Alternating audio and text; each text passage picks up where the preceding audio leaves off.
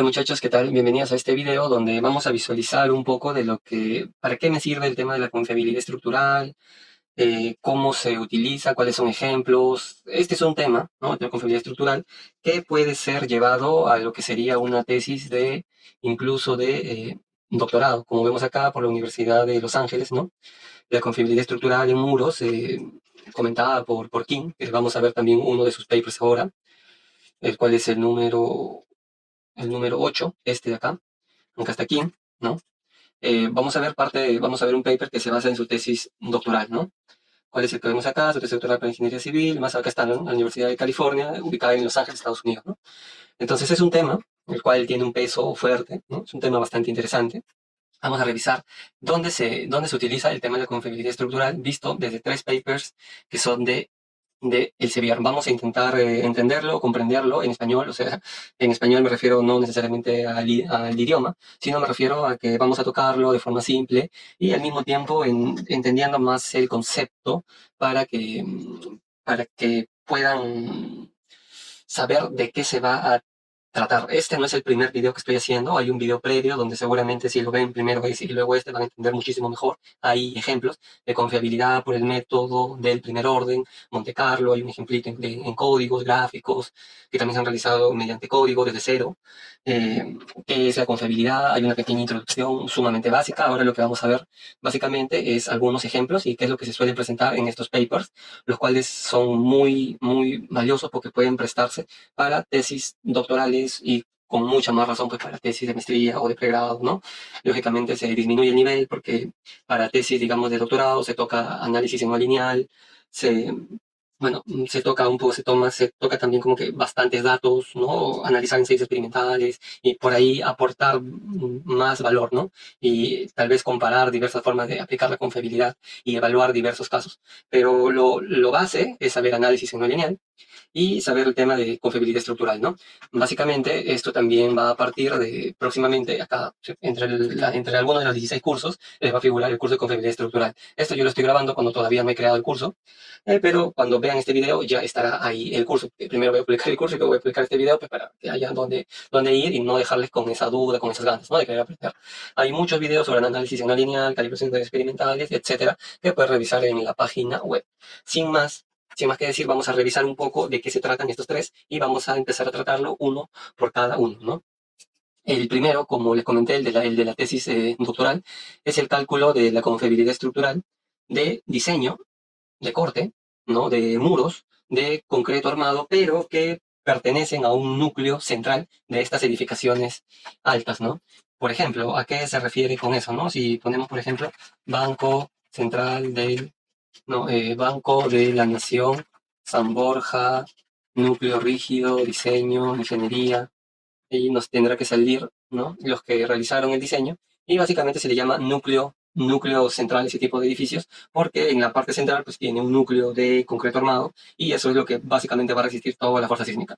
En algunas ocasiones llevan outriggers, que es como bloquear todo un piso colocando elementos rígidos en todo el piso, que sirve como una especie de cinturón, ¿no? Seguramente hay otro video de edificaciones altas en toda la serie de videos que yo tengo, que también van a revisar para qué sirve estos casos cuando se trabaja con otro tipo de edificaciones, ¿no? Yo tengo un particular interés en la confiabilidad estructural y en edificios altos porque planeo realizar mi tesis de doctorado también en este tema, añadiendo nuevo conocimiento a mi país, Perú, y seguramente también a los otros países de Sudamérica para evaluar el código y promover de que existan nuevos lineamientos para el diseño de edificaciones altas. Que, por ejemplo, en México es algo obligatorio que se haga un análisis no lineal tiempo-historia, ¿no? Yo quiero ir un poquito más y quiero calcular la confiabilidad estructural y ahí evaluar diversos parámetros de investigación, entre otras cuestiones que tal vez un poquito van a verlo el día de hoy. Entonces, esto es uno de lo que vamos a básicamente evaluar. Acá se van a analizar bastantes ensayos experimentales, se van a revisar cuáles son los tipos de distribución que van a tener estas respuestas, cómo tomar esta variable, con qué valor, con qué parámetros estadísticos en función de ensayos experimentales. Entonces, ahí está todo esto en la parte interesante. Para este que vemos aquí, se va a partir de una edificación que va a ser netamente de pórticos, como esta de acá, pues se va a evaluar dos, uno con una planta asimétrica, el otro con una planta completamente simétrica. Esta es la planta asimétrica, edificaciones de 10 niveles, y se van a plantear cinco tipos de optimizaciones para cada uno de estos. Finalmente se le va a aplicar la confiabilidad estructural, debido a derivas y debido a corte para ver de que efectivamente estas optimizaciones cumplan con la confiabilidad esperada y tomar la que implique menos costo.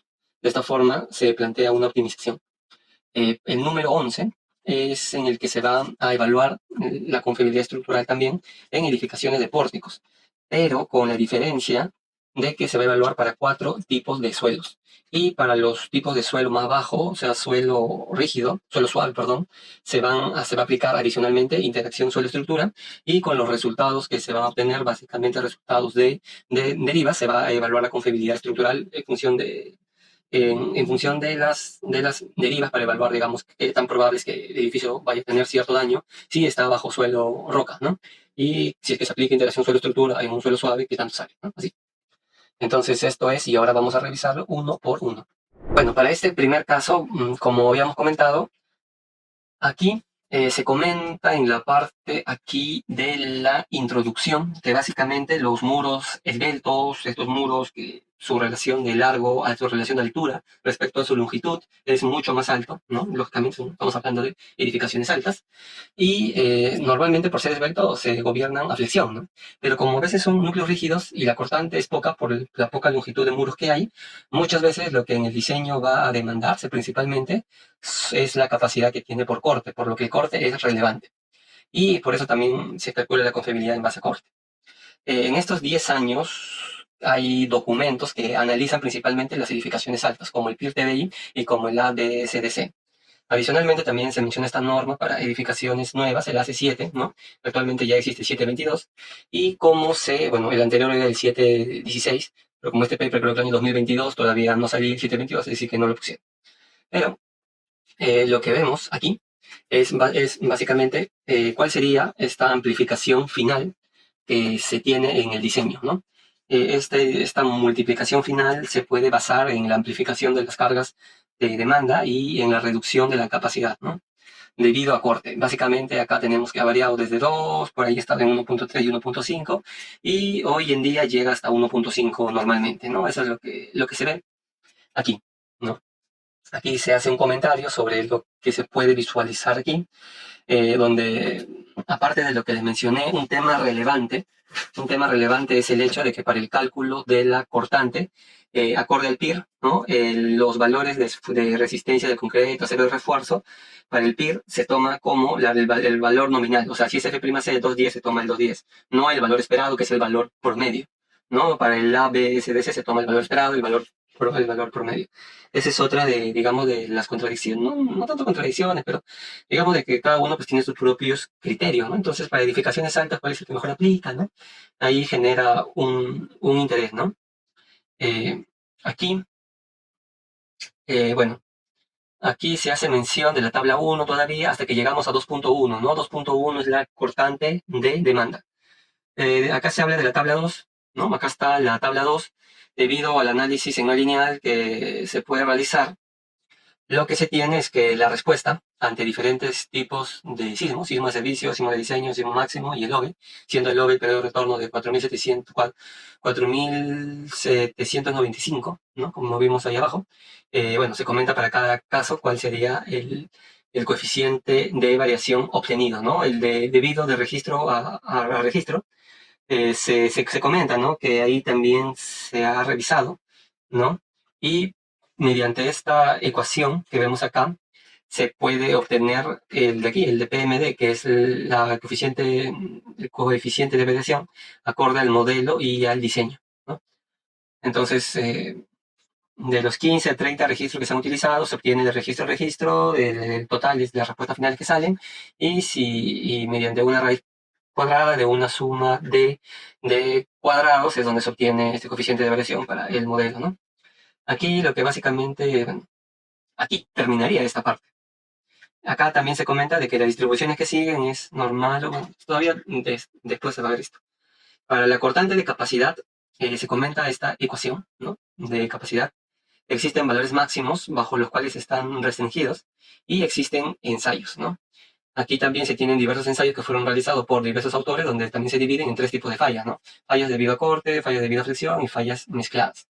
Entre las fallas debido a corte se puede observar que la ductilidad es baja y que la cortante máxima que se obtiene del ensayo respecto de la cortante nominal que se obtiene acorde al ASI, considerando los valores esperados de cada una de las propiedades, salen pues valores superiores a 1, ¿no? O sea, sobrepasan el cálculo del ASI. Mientras que ante una mezcla de fallas, pues está ligero, bien cercano al 1, y debido a flexión están debajo. Que estén debajo debido a flexión no significa que su cortante es menor, significa de que ha fluido y de que no se pudo obtener una cortante más alta, ¿no? No significa de que su capacidad máxima de cortante es esta, porque no han fallado por cortante. Estas serían las capacidades máximas y acorde a esto se trabaja, eso es lo que se menciona también en el documento. Acá se comenta sobre cómo fallan los muros, ¿no? Cómo fallan los muros. Acá bueno, es un poco lo que les comenté. Acá lo que se puede observar son, igual manera, unos gráficos. Es unos gráficos donde se tienen dos tipos de personas que han realizado ensayos, ¿no? Acorde a Wood, lo que se visualiza es que hay un coeficiente de variación de 0,4, una media de 1,67, o sea que el valor del ensayo es superior al nominal esperado. Mientras, bueno, esto es solamente hecho en base a muros que fallan por corte, no muros en global.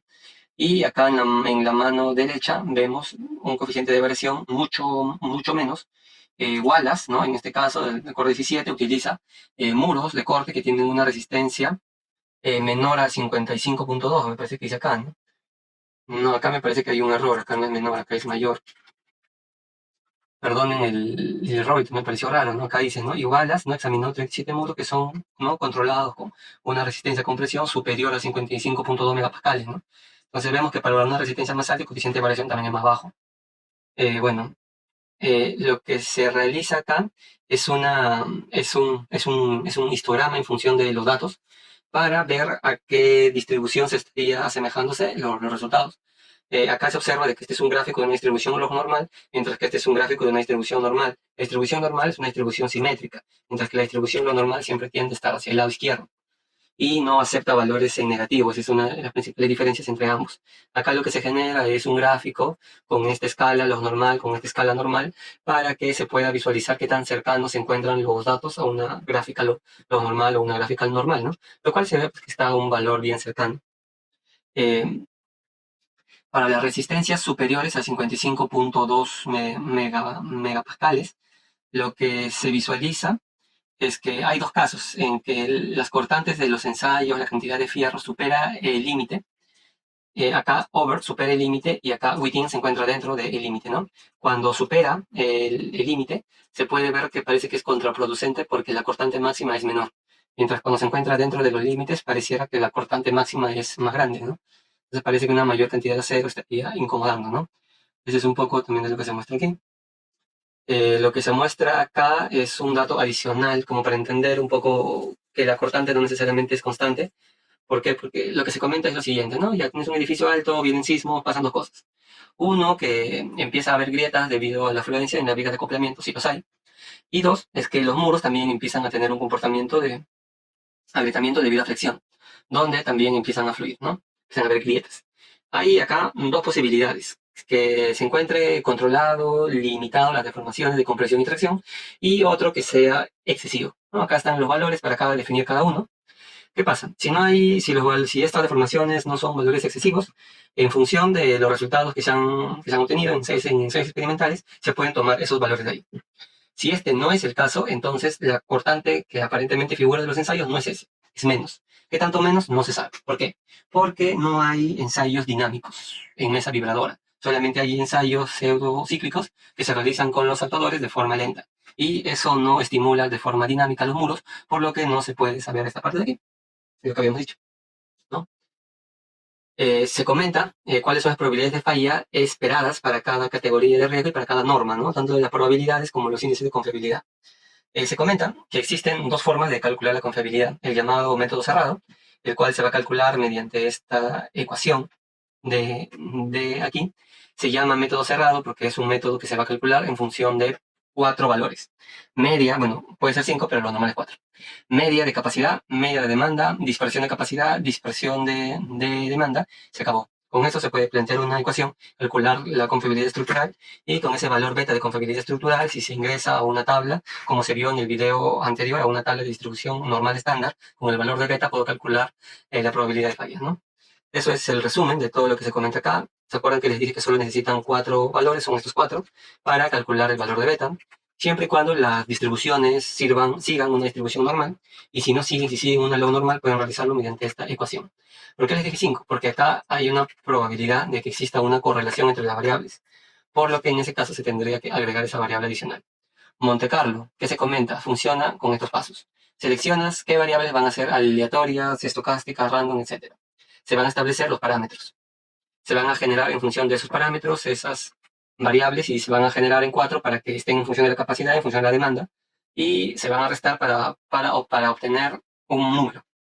Si el número es menor a 0, como se ve aquí, significa que la demanda mayor a la capacidad falla. El número de veces que ha fallado se divide entre el total de simulaciones y se obtiene la probabilidad de falla. Se acabó Monte Carlo. Listo. Eh, eh, ya. En discusiones hay dos posibilidades. Resistencia inferior a 55.2, resistencia superior a 55.2. ¿Qué es lo que pasa en cada uno de los casos, digamos? ¿Qué son estos gráficos? ¿Por qué se ven tan complicados? ¿Qué significa? ¿No? ¿Qué vemos? ¿Por qué vemos primero 5 curvas? ¿Por qué? Porque el coeficiente de variación, debido a las demandas, no son valores fijos. De forma, como se menciona en el documento, un valor de 0.4 es un valor realista, y un valor de 0,5 es conservador. Porque hay dos gráficos. En el de izquierda se ha calculado mediante la solución cerrada. Se pueden trazar se pueden trazar valores de confianza, 97% de confianza, un 3% de falla, para un caso realista, ¿no? Y se tendría que aplicar un coeficiente de 1.7 en el diseño para llegar a ese valor, digamos. Es para una categoría altamente sísmica, ¿no? Y aquí lo que se agrega son los resultados debido a Monte Carlo, ¿no? Para hacer una comparativa. Eso es todo, ¿no? Eso es todo. Acá, bueno, es más de lo mismo. Esto es para calcular cuál es la precisión en un método de Monte Carlo. Aquí para resistencias, el anterior era inferior a 55.2 megapascales, ahora para superiores tenemos este gráfico, ¿no? Y tenemos un gráfico adicional en el cual también, aparte de los resultados anteriores, lo que se estaría agregando sería un margen como una área donde se encontraría, digamos, con diversos valores de los factores, ¿no? Para un factor de 1 se tiene que estar aproximadamente en este rango, ¿no? Finalmente, para un factor de 1,5 me encontraría en este rango en función de qué tanto es la aceleración, ¿no? Y acorde a eso tengo diversos valores de confianza. Bueno, el análisis detallado que dura 1 hora se puede ver en el curso, ¿no? Esto es un pequeño resumen como para que entiendan y puedan entender cuál es el alcance de estos métodos. Ahora vamos a revisar este paper que tiene algo muy, pero muy interesante que se llama diseño de experimento. ¿Qué es el diseño de experimento? Pueden imaginarse que con Monte Carlo tengo que hacer muchas simulaciones, ¿no? Es decir, podría llegar, no sé, a 10.000 simulaciones, 100.000 simulaciones, 1.000.000 de simulaciones. Y eso pues ejerce mucha capacidad computacional, ¿no? Pero, ¿qué pasaría, ¿no? Si ya no tengo que aplicar unas 100.000 veces, y solamente fueran 100. Tal vez dirían, no sé, está un poco raro, ¿no? El diseño de experimentos se basa en ello, en que de forma inteligente se pueden plantear diversas formas de que ya no tenga que aplicar un Monte Carlo a lo bruto 1.000.000 de veces. Aquí se comenta un método potentísimo que se llama Rosenbluth. Bueno, ese es el final, ¿no? Tiene otro nombre, tiene uno un poco más largo. Y lo que se va a aplicar es a diferentes tipos de suelo. Incluso el método de Monte Carlo con el de Rosenbluth se comparan y sale casi igual. Entonces luego se dice, bueno, a partir de ahora solamente voy a utilizar Rosenbluth porque ya sé que sale casi igual, y ahí queda, ¿no?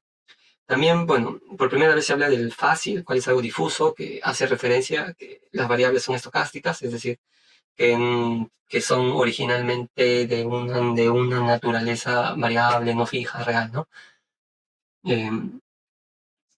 Bueno, aquí se puede ver, bueno, como ya les comenté, que son 4 tipos de suelos, ¿no? Acá tenemos los registros. Se va a analizar en general para dos niveles de intensidad: sismo de diseño, sismo máximo, periodo de retorno, 475 y 2475.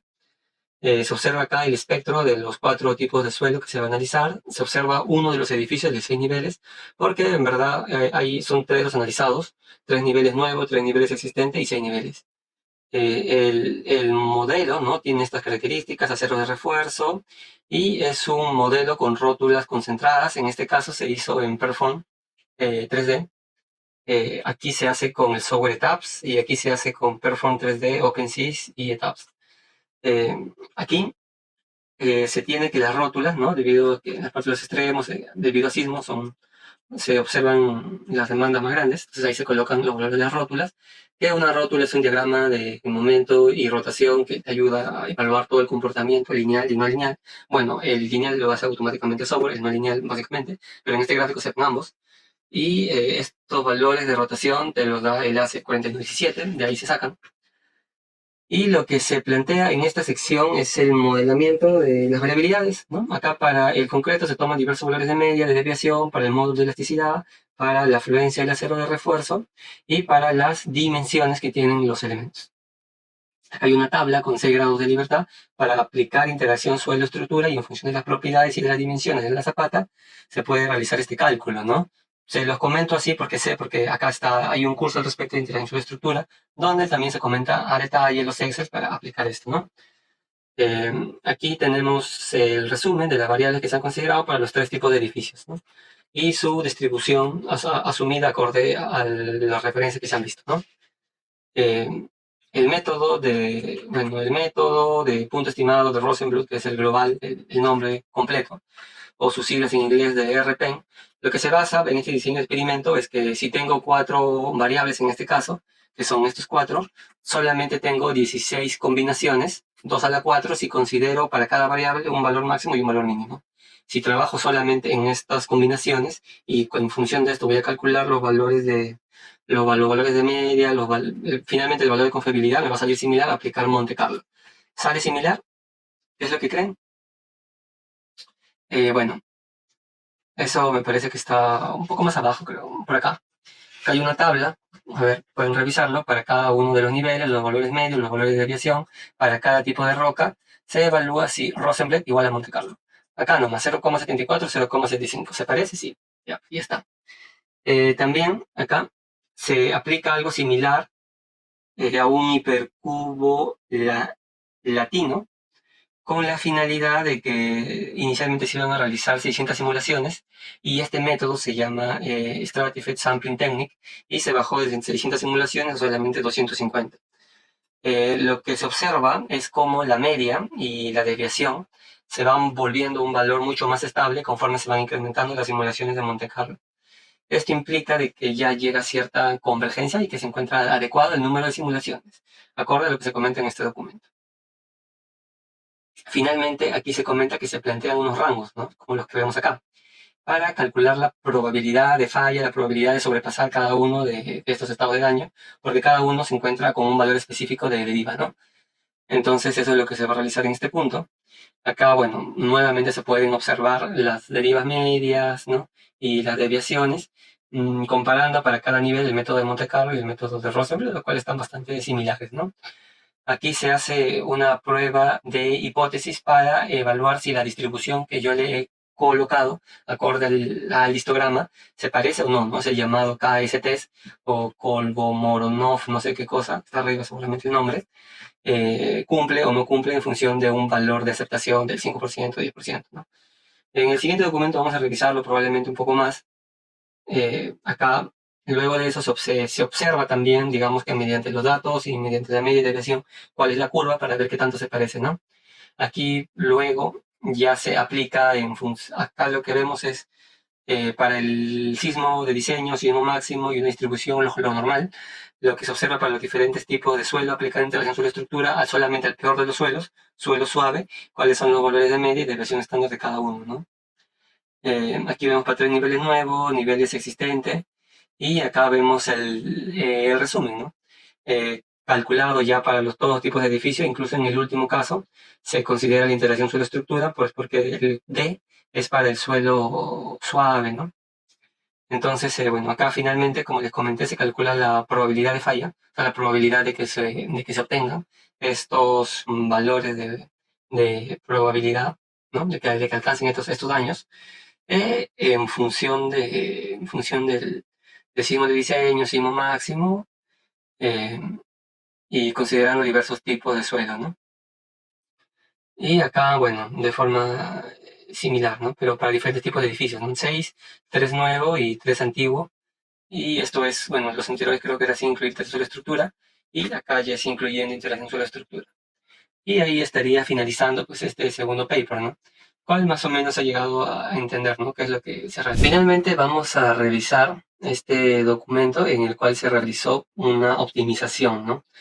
Inicialmente lo que se plantea es que se busca minimizar Z, ¿no? Siendo Z la suma de los gastos que se van a tener tanto en columnas como en muros de concreto. Pero no se puede minimizar a lo bruto, ¿no? Sino que hay que tener tres consideraciones. Las derivas, ¿no? Que no falle por corte principalmente y que el índice de confiabilidad no debe de exceder al objetivo que es 3, ¿no? Más abajo se va a comentar que es 3. Aquí lo que se comenta es que la probabilidad de falla se puede modificar de tal forma que se puede dividir como que en dos, ¿no? En la probabilidad de falla anual y la probabilidad de falla en un tiempo de vida, ¿no? Y cada uno, o sea, probabilidad de falla normal, probabilidad de falla anual, probabilidad de falla en un tiempo de vida, tienen valores de beta. Finalmente, eso es como que parte de sus resultados, ¿no? No solo se queda en la probabilidad de falla, sino hizo estas dos pequeñas ecuaciones adicionales. Lo que se tiene acá es tanto para las cortantes, acá arriba, como que es el 2.2.2, formulaciones de funciones de estado límite contra la resistencia, son respecto a las cortantes, capacidad menos demanda, se acabó, a pesar de que está escrito de forma similar, es lo mismo. Y acá, acorde a las funciones de servicio, el cual se refiere a las derivas. Capacidad menos demanda igual, o demanda menos capacidad. La metodología de optimización, ¿cuál es? Tiene muro, revisan los muros, acorde a las tres restricciones. Si no cumple, se quedó ahí, ¿no? Y los que sí, y los otros se pueden ir optimizando hasta llegar a un punto donde ya deje de cumplir y hasta llegar a la optimización máxima.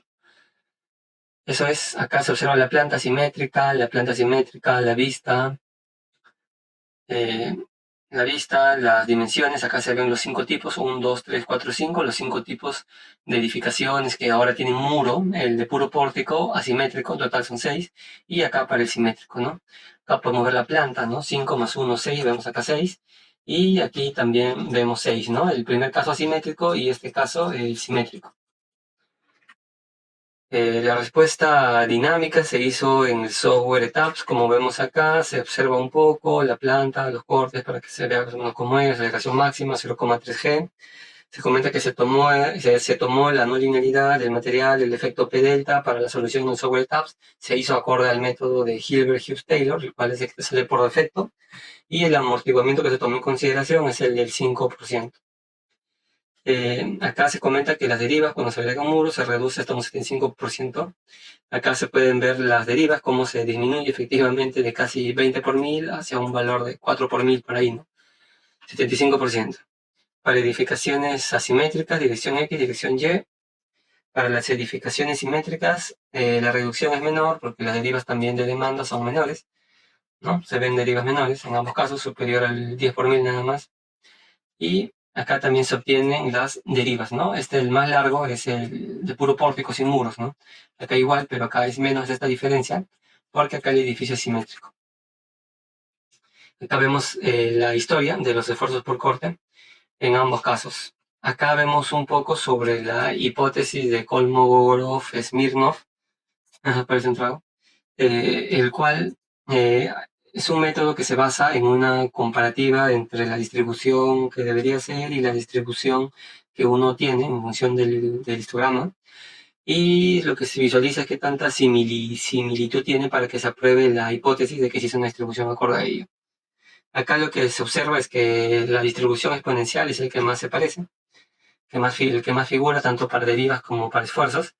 y se hace acá un cálculo y sale que todas las hipótesis son aceptadas y queda en que todas las variables son exponenciales con este valor de distribución de densidad y distribución acumulativa. Los límites de valores se plantean en función del riesgo, se toma un riesgo 3, deriva de 15 por 1000, así se hace el cálculo de la resistencia.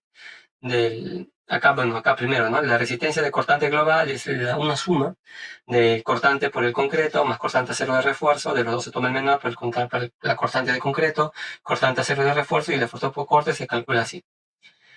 Acá están las variables que se van a tomar en consideración, media y coeficiente de variación para cada una de las variables. Y finalmente la probabilidad de falla, dado que hay un sismo, ¿no? Bayes. Y luego, mediante las otras dos pequeñas ecuaciones, se pueden calcular probabilidad de falla anual, probabilidad de falla en el tiempo de vida. La dirección X, dirección Y. Y acá se puede hacer algo similar, no solo que acá ya en función del índice de confiabilidad. Valores inferiores a 3 se eliminan, ¿no? Porque no cumplen. Y finalmente acá se revisan los que no cumplen y se eliminan. Y acá se obtienen los costos con los que sí cumplieron, ¿no? Y bueno, con esto se estaría terminándose esto y ya estaríamos en otro video. Acuérdense revisar todos los videos que tenemos, hay varios videos sobre absolutamente todo. Y si no, pueden dejar en caja de comentarios, dudas, qué video les gustaría que realice. No olviden visitar la página web para apoyar a seguir creando más cursos y más contenido. Eso sería todo y nos estamos viendo en un siguiente